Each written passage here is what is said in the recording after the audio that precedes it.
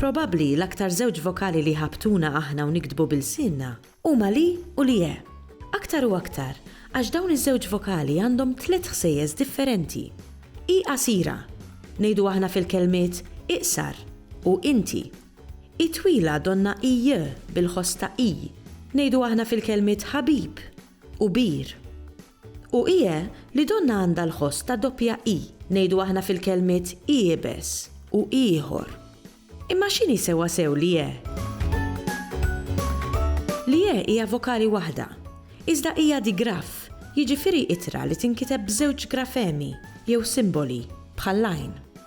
F'dan il-każ, li je tinkiteb bi u e wara xulxin u fl-alfabet Malti nsibuha bejn littri i u je.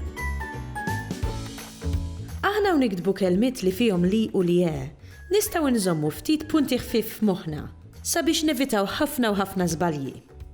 L-ewwel nett, il-vokali ien sibuha fl-aħħar sillaba jew fis-sillaba ta' qabel tal-aħħar ta' kelma.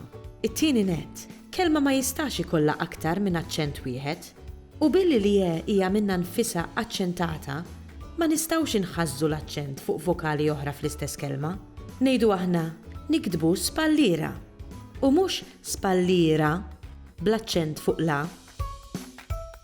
Għall-istess raġuni, ma jistax ikollna kelmiet b'aktar minn ije waħda u għaldaqstant nikdbu missirijiet kif muri fuq l-iskrin.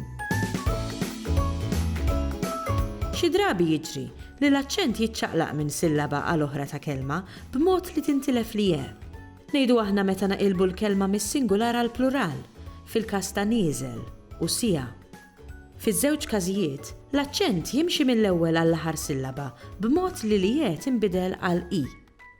Tajjeb inżommu f'moħħna wkoll xi punti dwar l-użu tal-vokali ije fin-negattiv. L-inqas kelmiet problematiċi huma l-verbi monosillabiċi. Jiġifieri dawk il-verbi li jkollhom sillaba waħda. Billi f'dawn il-verbi ma ssir l-ebda bidla. Ngħidu aħna miet issir ma mietx u ħiet issir ma ħietx. U fiż-żewġ każijiet inżommu li je. Fil-każ ta' kelmiet polisillabiċi, jiġifieri kelmiet li jkun fihom aktar minn sillaba waħda, jiġri li je tintilef billi l-aċċent jimxi għall-aħħar sillaba. Ngħidu aħna mietet issir ma mititx u ħietet issir ma ħititx. Billi fin-negattiv l-aċċent jersaq għal fuq l-aħħar sillaba, verbi li jispiċċaw bl-ittra a jieħdu li je.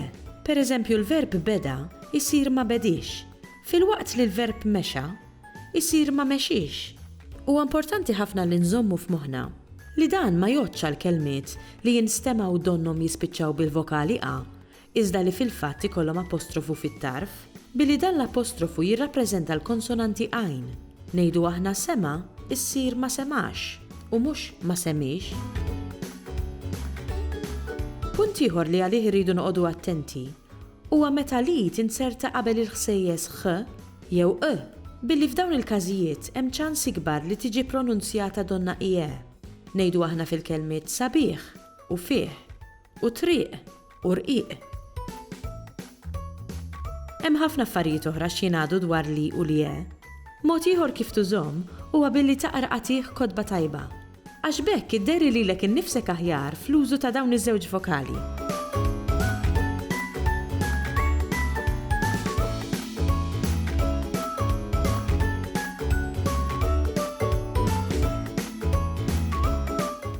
Il-Sinna jixtieq jirringrazzja lill-Kunsill Nazzjonali tal-Ilsien Malti, lid-Dipartiment tal-Malti fil-Fakultà tal-Arti l-Università, lill-Ministeru għall-Edukazzjoni u x-Xogħol u lill-Aġenzija Nazzjonali tal-Litteriżmu.